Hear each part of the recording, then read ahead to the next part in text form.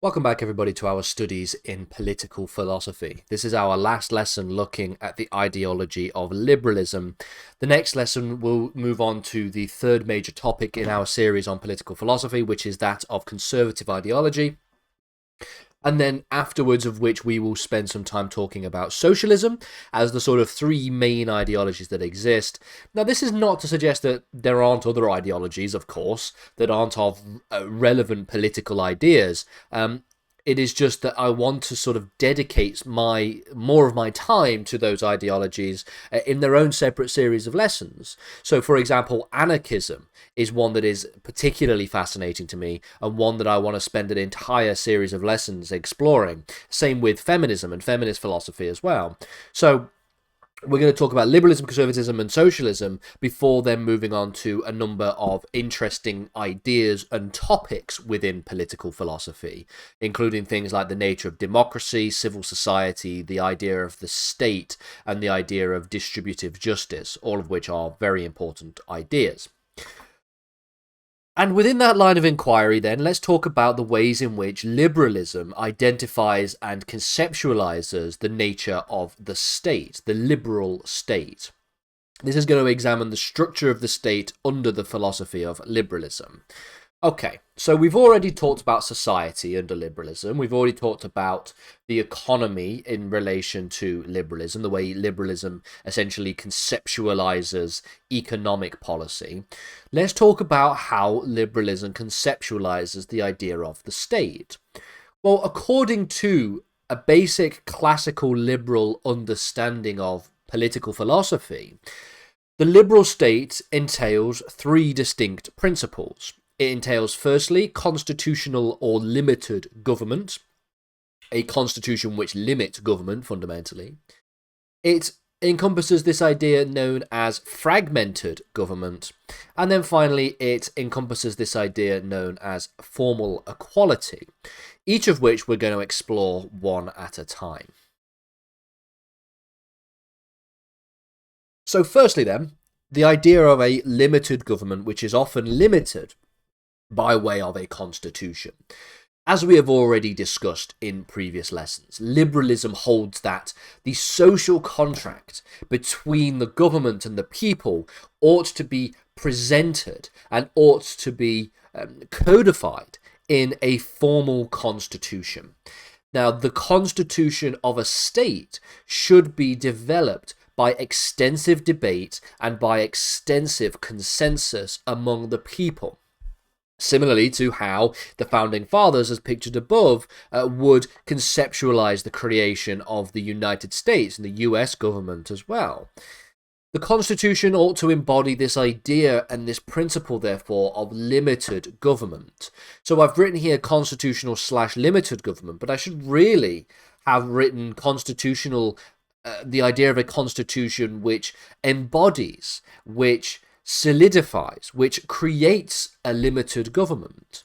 By limiting government, therefore, it is understood that the Constitution should put restrictions on the rule of governing, on the things that the state is able to do, and things that the state is able to implement and to essentially allow for, because the Constitution should protect the rights of individuals.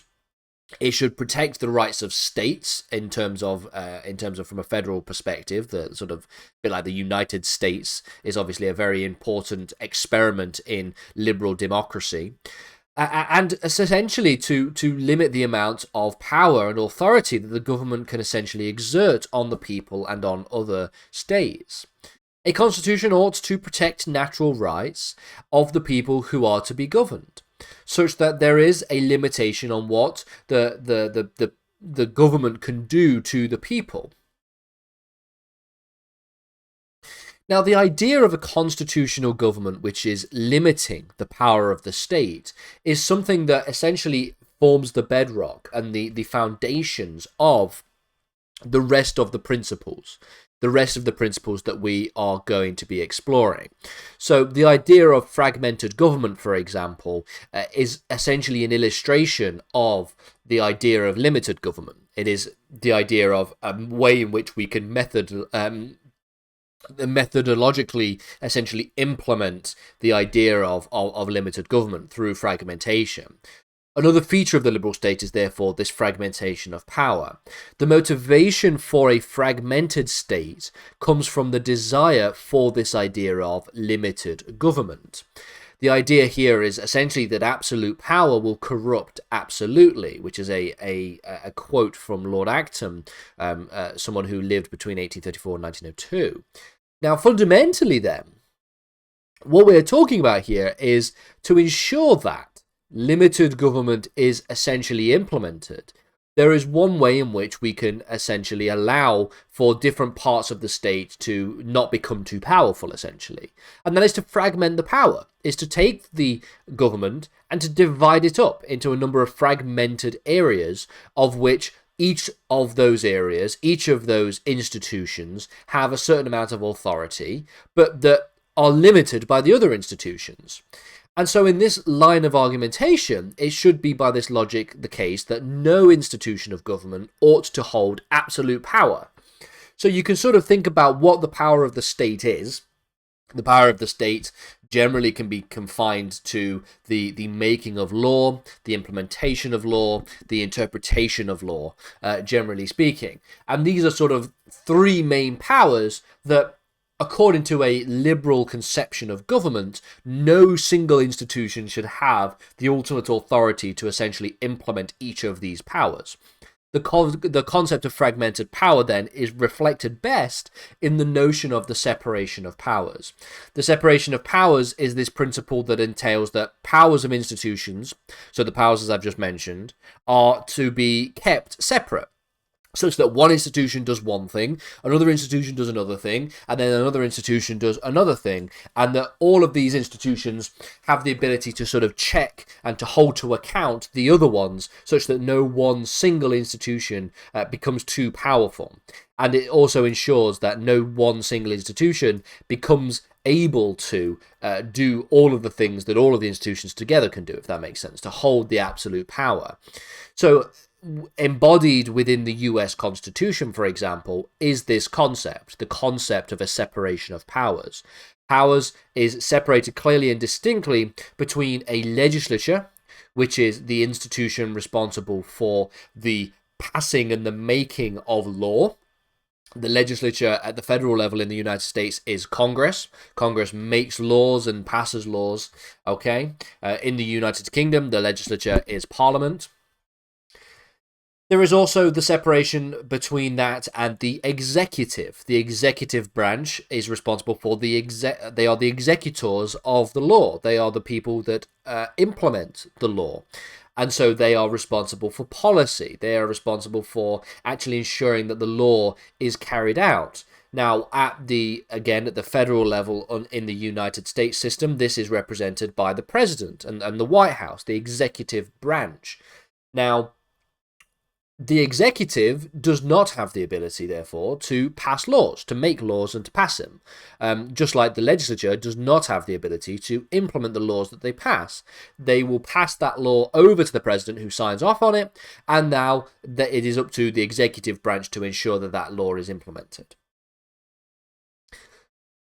And then finally, there is a separation between those two branches and the judiciary. The federal judiciary in the United States, for example, is represented at the highest level by the Supreme Court. There are also circuit courts and circuit federal courts and all these different things as well, but at the highest level is the Supreme Court. Now, the Supreme Court in the United States is responsible for a number of things. One of the main important things that it can do is ensure that all of the laws are to be interpreted correctly, but also are to be interpreted such that they are not unconstitutional, that they do not break the basic principles of the US Constitution. And the power that the judiciary has to essentially strike a law down if it is considered unconstitutional is this power of judicial review, which is established by the US case of Marbury v. Madison. This is a basic idea of the separation of powers. Now, a further principle within the separation of powers, within the principle of fragmented government, is the idea that not only are the powers separated, but each of the institutions of government, each of the different branches of government, has the ability to check and to balance all of the powers such that no one institution becomes too powerful. And the checks and balances principle is highlighted, should I say, a more correct word, by the US Constitution's various different enshrining of powers to each of the different branches. So, for example, Congress has the power to pass laws, but it is up to the president to ensure that that law is ratified. And if they decide that they don't want to ratify it, they can issue a veto to that law.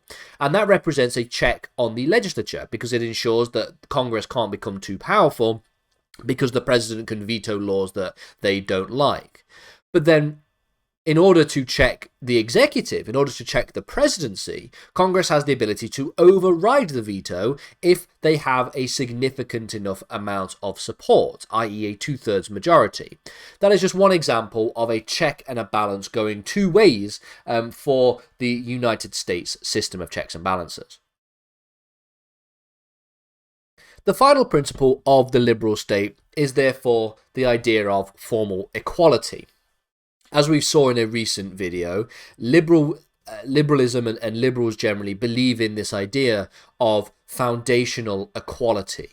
Now, this is essentially the view that everybody is born with equal rights.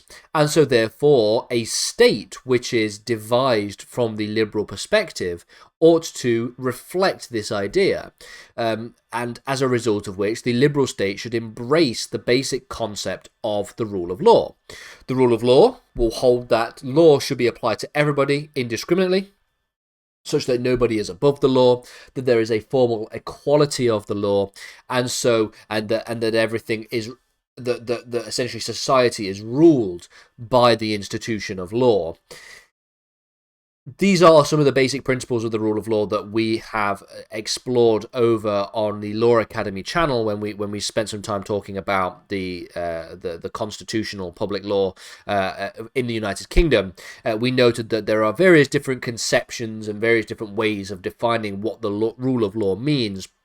There are various different constitutional scholars that would define the rule of law in various different ways, but generally speaking, we can sort of highlight a number of key principles which are indicative of the rule of law, including things like nobody is above the law, the law is equal and should be applied to everybody irrespective of society or irrespective of class, irrespective of wealth or race or gender, and these are basic ideas of formal equality. And then finally, in addition to this, the idea of freedom of political power, freedom of speech, freedom of expression, i.e. fundamental rights, fundamental civil liberties, ought to also be respected in the construction of the liberal state.